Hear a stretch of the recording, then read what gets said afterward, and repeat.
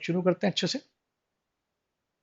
तो last class में हम लोगों ने बात की थी इन मुद्दों पर कि आग्नेय चट्टान कैसे बनती हैं और अवसादी चट्टान कैसे बनती हैं। अवसादी चट्टानों के बारे में ये है कि तीन प्रक्रियाएं होती हैं: अपक्षय, अपरदन और निक्षेपण। अपक्षय का मतलब होता है सूर्य की प्रकाश से, उनकी गर्मी से जो चट्टानों में चेंजेस आते हैं, चट्टानें लगातार गर्म होती हैं, फैलती हैं, ठंडे होने के बाद वापस से सिकुड़ती हैं। तो फैलने और सिकुड़ने की वजह से चट्टानों में जो बदलाव आता है, इस बदलाव से चट्टानों में क्रैक पड़ जाते हैं। चट्टानें ब्रेक हो जाती है और क्रैक पड़ जाते हैं। इसी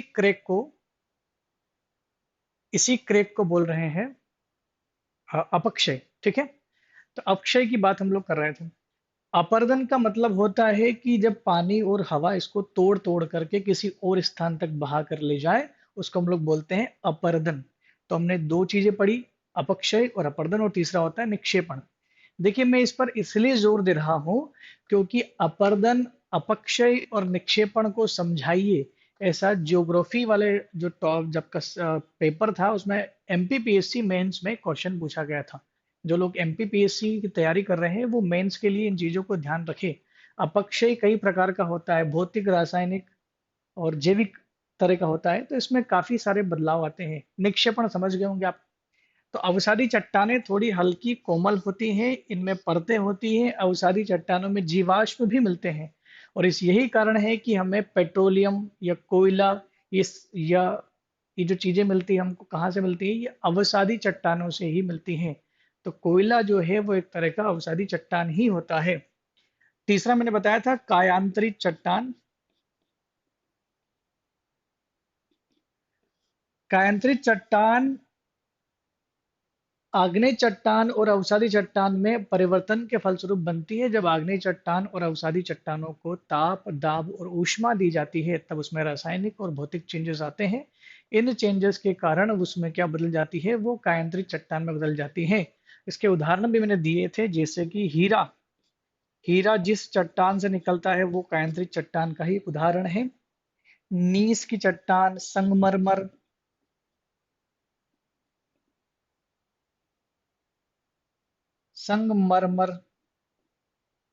ये सब उदाहरण है किस चीज के? ये सारे के सारे उदाहरण हैं आपके कायांतरित चट्टानों के। ये तीनों हम लोग पढ़ चुके थे।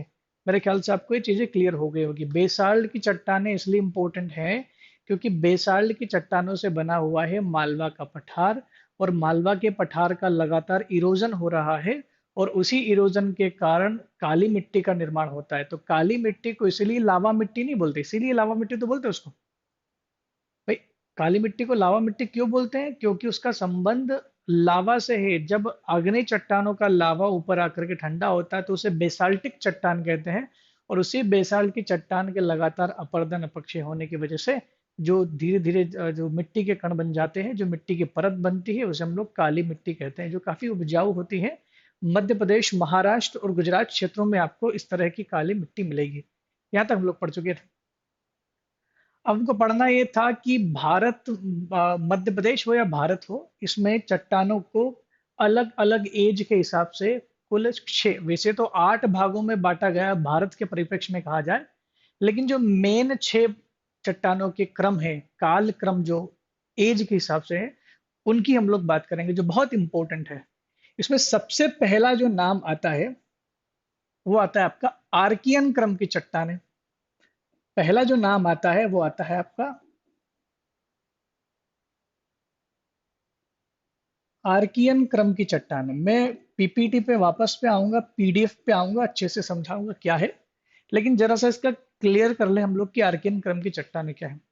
देखिए, आर्कियन क्रम की चट्टानें दुनिया की सबसे पुरानी, सबसे प्राचीन चट्टान है, सबसे प्राइमरी चट्टान होती है। और सबसे प्राइमरी चट्टान, इसका मतलब ये है कि आग्नेय प्रकार की चट्टान, ये आग्नेय चट्टानें होती है। लावा के बाद लगातार निकलने की वजह से इस चट्टानों का निर्माण हुआ है, और पृथ्वी का सबसे ज्यादा भाग जो है इन्हीं चट्टानों से निर्मित है। हालांकि ये चट्टाने का जो क्रम पाया जाता है, आर्कियन क्रम की चट्टानें जो है, ये प्री कैम्ब्रियन काल की हैं। प्री कैम्ब्रियन काल की, जो लगभग आज से 70 करोड़ साल पुराना हो सकता है। तो आप खुद सोचिए कि 70 करोड़ साल पुरानी चट्टानें हैं, लगातार इनमें परिवर्तन होता है, भौतिक, रासायनिक, अपरदन, अपक्षय, बहुत सारे परिवर्तन होते हैं। तो इन बाहरी परिवर्तनों, एक्सटर्नल जो एक्सोजेनेसिक जेनेटिक फोर्सेस बोलते हैं इनको, बाहरी परिवर्तन जो है, इसकी वजह से इसका मूल रूप आज हमको नहीं मिलता है। पहले सारी चट्टानें ऐसी ही मिलती थी, लेकिन जैसे जैसे समय बीतता गया चट्टानें खत्म हो गई। लेकिन भारत में आर्कियन क्रम की चट्टानें हमें जहां पर मिलती हैं वो है, एक तो आपका प्रायद्वीपीय पठार, प्रायद्वीपीय भारत। प्रायद्वीपीय भारत का मतलब समझते हैं आप? प्रायद्वीपीय भारत का मतलब होता है भारत का ये हिस्सा। हम लोग जब इंडिया पढ़ते हैं तो विंध्य पर्वत से नीचे वाला जो हिस्सा होता है उसको हम लोग प्रायद्वीपीय भारत कहते हैं। दक्षिण भारत भी इसी को कहा जाता है। हालांकि भूगोल में दक्षिण भारत में और प्रायद्वीपीय भारत में अंतर है, वो हम लोग समझेंगे कभी। फिलहाल ये समझ लीजिए, प्रायद्वीपीय भारत और उत्तर पूर्वी राज्य, इन दोनों में आपको इस चट्टानों के क्रम दिखाई, इस चट्टानों के निक्षेप दिखाई देंगे। ये यहाँ पर अवशेष दिखाई देंगे इस चट्टान के, आर्कियन टिपी चट्टान। इसकी खासियत ये है कि यह खनिज संपदा में बहुत रिच है, मिनरल रिच है। खनिज संपदा बहुत ज्यादा है यहाँ पर, लेकिन फिर भी समस्या क्या है कि इतनी कॉम्प्लेक्स इन चट्टानों की जो संरचना होती है, इनकी बहुत जटिल संरचना होती है, इसलिए इन खनिजों का दोहन करना संभव नहीं है, बहुत मुश्किल होता है। हम लोग उन्हीं चट्टानों का दोहन ज्यादा अच्छे से कर सकते हैं जो नॉर्मल हो, जिनका कॉम्प्लेक्स स्ट्रक्चर ना हो। तो ऐसे में आर्कियन कण की चट्टानें सबसे प्राचीनतम चट्टानें होती है, और ये भारत में प्रायद्वीपीय भारत और उत्तर पूर्वी भारत में मिलेगी आपको। मध्य प्रदेश में भी इसकी कुछ चट्टानें मिलती हैं, रीवा के वाले क्षेत्र में आपको आर्कियन क्रम की चट्टानें। हम लोग मध्य प्रदेश में भी आएंगे, लेकिन पहले इसको समझ ले कि चट्टानें का जो है क्रम क्या है। तो पहला क्रम तो आपको समझ में आ गया। दूसरा जो क्रम है उसको हम लोग बोलते हैं धारवाड़ की चट्टानें। धारवाड़ क्रम की चट्टानें, ये आर्कियन को आद्य कल्प भी बोलते हैं। ध्यान रखना, किताब में आपको ये भी मिल जाए तो घबराना नहीं है, आद्य कल्प के अंदर ही वो आता है एरा। तो आद्य कल्प की चट्टानें हैं और इनको आर्कियन की चट्टानें बोलते हैं। आर्कियन याद रखो तो ज्यादा बेटर है, क्योंकि आपको ये कभी प्री में काम नहीं आएगा, ये आपको हमेशा मेंस में ही काम आता है। प्री में तो खाली एक ऑर्डर पूछ लेगा कि कौन सी चट्टानें क्रमानुसार जमाइए, तो हो सकता है आपको आंसर उसका मिल जाए। धारवाड़ की चट्टानें, धारवाड़ नाम इसलिए रखा गया है क्योंकि कर्नाटक के धारवाड़ में मिलती हैं।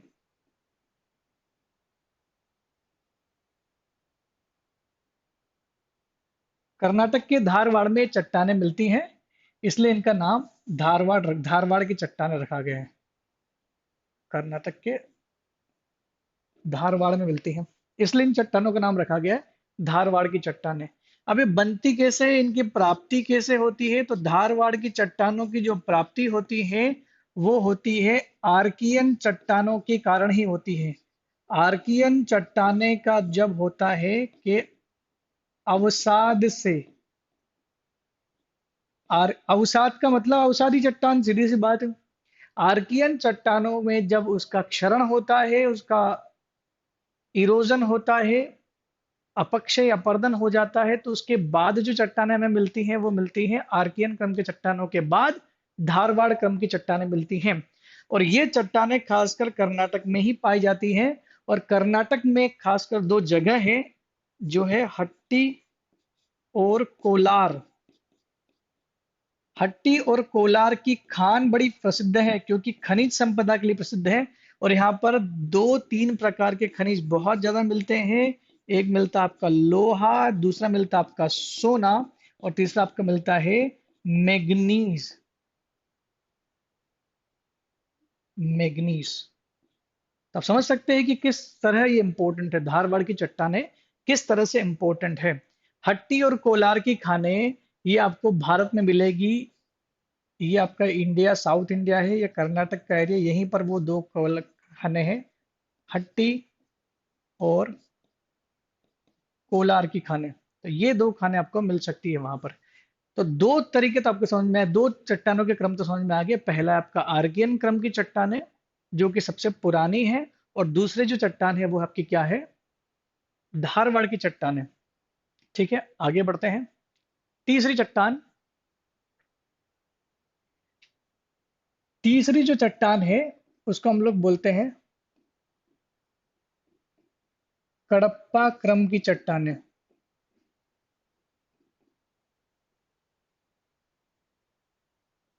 चट्टान, कडप्पा क्रम की चट्टान, कडप्पा की चट्टान।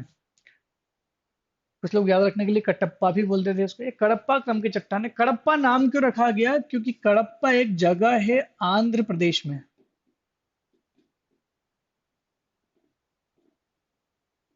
आंध्र प्रदेश के कडप्पा से मिलती है। सबसे पहले इनका जो साक्ष्य मिला था वो आंध्र प्रदेश के कडप्पा से मिला, इसलिए इनको बोलते हैं कडप्पा क्रम की चट्टान। और ये इनका जो मिलता है आंध्र प्रदेश तो है ही, प्राप्ति कहाँ कहाँ होती है? तो आंध्र प्रदेश तो है ही, आंध्रा प्लस दिल्ली, राजस्थान, छत्तीसगढ़, एमपी में भी कुछ जगह इसका मिलता है साक्ष्य। और ये बनती कैसे है, इसका निर्माण कैसे होता है, निर्माण जान लेते हैं, इंपॉर्टेंट तो यही है।